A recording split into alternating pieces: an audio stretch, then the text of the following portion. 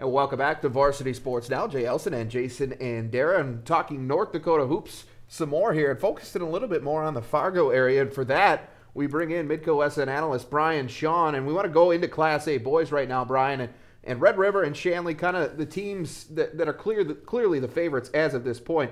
Can anyone challenge them, one? And two, who do you think wins when these two square off on the 29th?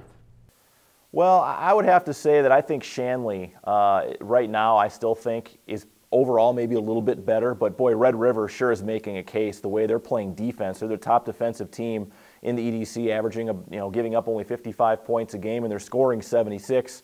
Where Shanley's a team that's scoring right around 86 and giving up only 63. So, I mean, there are two teams right now that are the clear favorites, I think. And we'll find out what happens. They do play each other here coming up next week, so that'll be a pretty good test at Red River.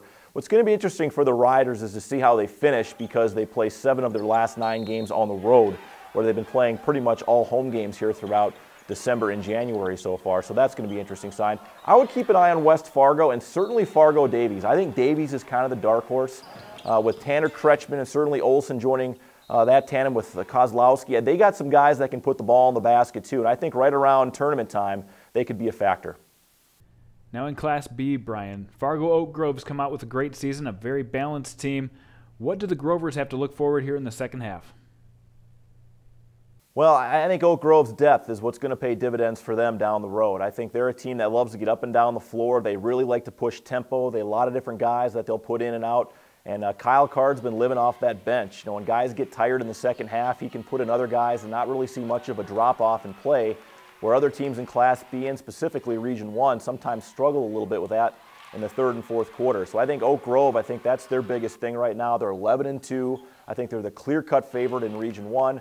They do play Central Cass here coming up, and I think that'll be a pretty good test for them. But I do think Oak Grove is a team led by Jordan Funfar. They got some other guys that can score. They got some balanced scoring. 4 guys in double figures is definitely a team right now to keep an eye on. And certainly one of their losses of this season was to Dickinson Trinity, who's one of the top teams out in Region 7 out in western North Dakota. All right, Brian, let's switch over to girls Class A now. West Fargo and Shanley both out to great starts this season. What's the secret to their respective success? Well, I think balance is certainly a big factor for both of those teams. In particular, I think for Shanley, they probably got the best two-headed monster right now you'll find out there in girls basketball. Sarah Jacobson, AJ's sister, has been terrific. She's only a 9th grader. She's averaging 17 a game. Very good three-point shooter. And then you throw in Kelly Weir on top of that, who's kind of your seasoned senior. And those two together have really been a good 1-2 punch for Shanley. And I think they play good enough defense. They got very good coaching staff with 2 guys that have been around a long time, and Tim Jacobson and Doyle Plessity.